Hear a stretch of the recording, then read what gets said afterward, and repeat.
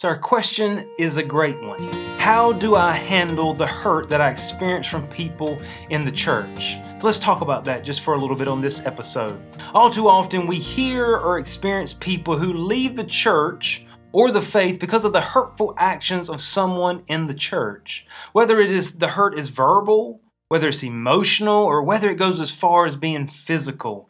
People experience hurt in the church. Now, have I experienced personally hurt in the church? Yes. I've had people say and do things to me that I did not like, that were very hurtful. When I was growing as a young Christian, just becoming a member of the church, I decided to move forward closer to the pastor to be able to hear and pay closer attention. And I got told real quick that I was not welcome to sit in that seat, that was that person's seat. It had been their seat for 20 plus years, and I needed to move. Can I say if that had been 6 months earlier, I would have been one of those that had left the church because of the actions of somebody else. That even happened to me a few years back. Someone told me that we were sitting in a seat they had been in for 30 years. We also experienced a very big issue that caused deep, deep hurt personally and also in the life of my family. It was years deep, and to be honest, I wanted to quit. I wanted to walk away. I wanted to say enough is enough. So what can I say to you is this: I understand how real and how hard the hurt can be. But did you know this, that Jesus experienced hurt from church members? You see, Jesus was hurt by his disciples. They were the first church members of the church. You see, Jesus experienced this. He was betrayed. He was sold out by his church members. He was talked about behind his back. He was lied to his face. Think about Judas, pretending to be someone that he was not, and all the lies he fed Jesus, being forsaken in your moment of greatest need by all your members. You see, Jesus feels your hurt because he understands the hurt he felt from those closest to him. Now, while I cannot fix your hurt, I do want to give you just a few truths that may help you to have a better perspective or to gain some greater understanding on how to deal with the hurt that I've learned personally. Number one is this: be careful not to place unrealistic expectations on people or the church. I made this mistake early on. You see, I did not grow up in church. So when I became a believer, I thought, man, this is going to be a great place. I'm away from the world and the way I experienced people and treatment there. And these people are going to be perfect. These are Christians, right? But that's not the case at all. You see, the church is made up of imperfect, messed up people. And so they're going to have problems. And I made that mistake of placing unrealistic expectations on people to treat me perfect and without any ill harm or without any ill words. But that's not the case, because a church is a group of imperfect, messed up people who have voluntarily joined themselves together to carry out the Great Commission. Notice I emphasize imperfect and messed up. We are believers. Yes, we have been forgiven, but we still have a sin nature. And so we don't treat and act perfectly all the time, though many of us will strive to do the best we can. You see, a church includes people who are at every stage of growth in their Christian life. You have some that are brand new to the faith, so maybe they're coming out of a life of addiction and other things, and so they're going to have some rough edges. You have some that are mature. They've been growing in the faith. They've been a part of a church, and they're living out Christ's teachings, and so you're going to interact with them one way. You're going to have some that could care less about the teachings of Christ, and so they're going to interact another way. You're going to have some maybe that are backslidden. And so with this many messed up people, guess what? There's a possibility someone may do something to you or say something new to you to hurt you.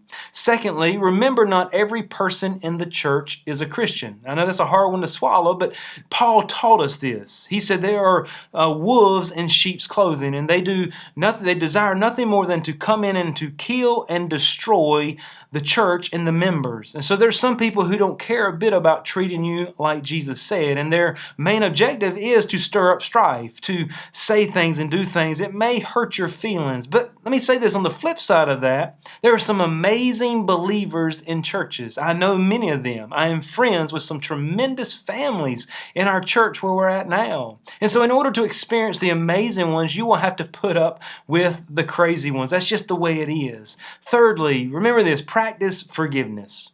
Practice the same forgiveness that you have received from Jesus Christ, and that was unconditional forgiveness. You see, we all need forgiveness. We all need extra patience. But can I say this? When I say forgiving, it doesn't mean that you have to be stupid and allow someone to hurt you again or run all over you. That's not the idea of forgiveness. Forgive, but be wise and be discerning. Don't dare put yourself in harm's way again. Can I say this? Don't get bitter, get better. And that's what forgiveness will allow you to do. Forgiveness will allow you to move forward, walking through the hurt. Fourthly, don't blame God for the actions of others. So many times I hear people getting mad at God or making accusations at God for the hurt they have experienced on behalf of someone else. God created us as free will agents. We have the ability to choose. And with that comes we can harm people or we can love people. So don't blame others also in the church for the actions of another. Don't get mad at the entire church for the actions of one or just a few. Fifthly, remember, at some point you have or you will soon hurt someone in some way too. So we're worried about us, not someone not hurting us. But remember, we're imperfect, we're messed up. And so at some point, maybe they have told you or they have not that you have or you will hurt someone. So don't hold others to a higher standard than yourself. And then lastly, you are responsible for you. You see, God is not going to accept my excuses, nor is He going to accept your excuses for not worshiping and serving Him in the context of a local church because of the actions of another.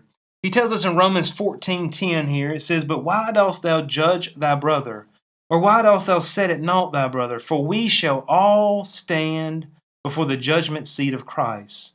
For it is written, As I live, saith the Lord, every knee shall bow to me, and every tongue shall confess to God." Then watch this. "So then every one of us shall give account of himself to God." And so we are not responsible for the actions of others. We are responsible for our own actions. And we can stand and give God every single excuse for not being a part of a church, but He is not going to accept those excuses because we're responsible for you and ourselves. So I understand you may be deeply hurt right now at this very moment, or you may have been hurt at a very recent time. I don't minimize it one bit.